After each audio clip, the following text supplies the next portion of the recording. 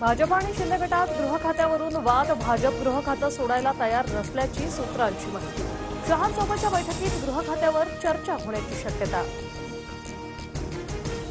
दिल्लीत आज अमित शहांसोबत महायुतीच्या तिन्ही नेत्यांची बैठक. मुख्यमंत्री आणि मंत्रिपदाच्या फॉर्म्युलापर्यंत मोठा निर्णय होण्याची शक्यता. फडणवीस पुन्हा मुख्यमंत्री होण्याच्या मार्गावर. दिल्लीला रवाना होण्यापूर्वी शिंदेंची वर्षाभंगावर बैठक. दिल्लीतही शिंदे पक्षाच्या सर्व खासदारांची भेट घेणार. खासदारांना बैठकीसाठी उपस्थित राहण्याचे शिंदेंचे आदेश. महायुतीच्या बैठकीपूर्वी पंतप्रधान मोदी आणि जेपी नड्डा यांच्यात बैठक. तर गृहमंत्री अमित शहा भाजपच्या महत्वाच्या नेत्यांची बैठक घेणार. 2 तारखेला बेब्रॉन या स्टेडियमवर शपथविधी होण्याची शक्यता.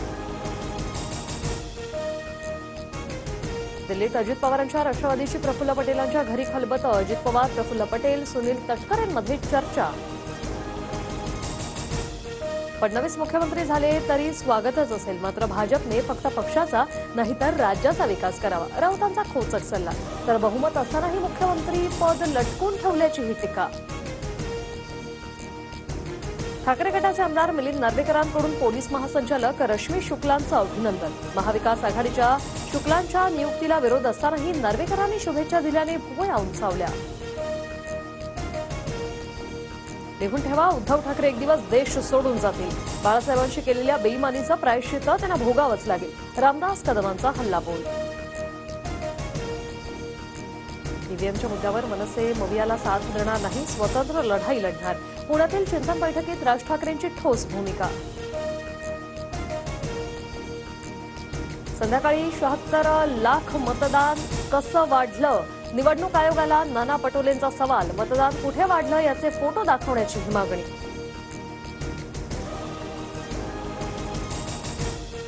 पंच्याण्णव मतदारसंघामध्ये मतदानाची आकडेवारी तफावत. ठाकरे गटाच्या प्रियंका चतुर्वेदींचा आरोप.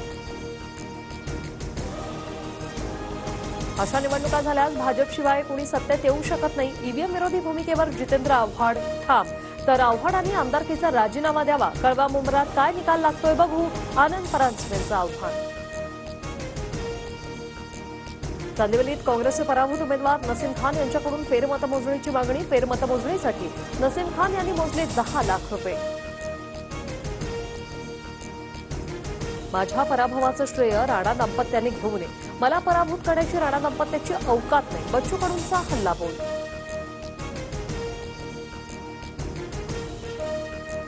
मोदींनी चादर चढवलेल्या अजमेर दर्ग्याबाबत भाजप आरएसएसला द्वेष का? ओवेसींचा सवाल. तर अजमेर दर्ग्यात शिवमंदिर असल्याच्या हिंदू पक्षकारांच्या याचिकेवर आता 20 डिसेंबरला सुनावणी. बांगलादेशमधील हायकोर्टाचा इस्कॉनवर बंदी घालण्यास नकार. इस्कॉन हिंसाचार पसरवत असल्याच्या याचिकाकर्त्यांचा दावा कोर्टाने फेटाळला. प्रियंका गांधींकडून संविधानाची प्रत हाती घेत खासदारकीची शपथ. राहुल आणि प्रियंका गांधी आता लोकसभेत एकत्र.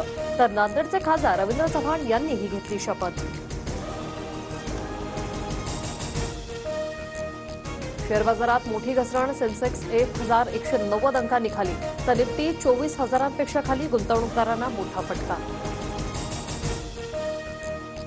हेलिकॉप्टरने पुष्पवृष्टी करत संत ज्ञानेश्वर महाराजांच्या 728व्या संजीवन समाधी सोहळ्याची सांगता. इंद्रायणी घाटावर वारकऱ्यांची मांदियाळी.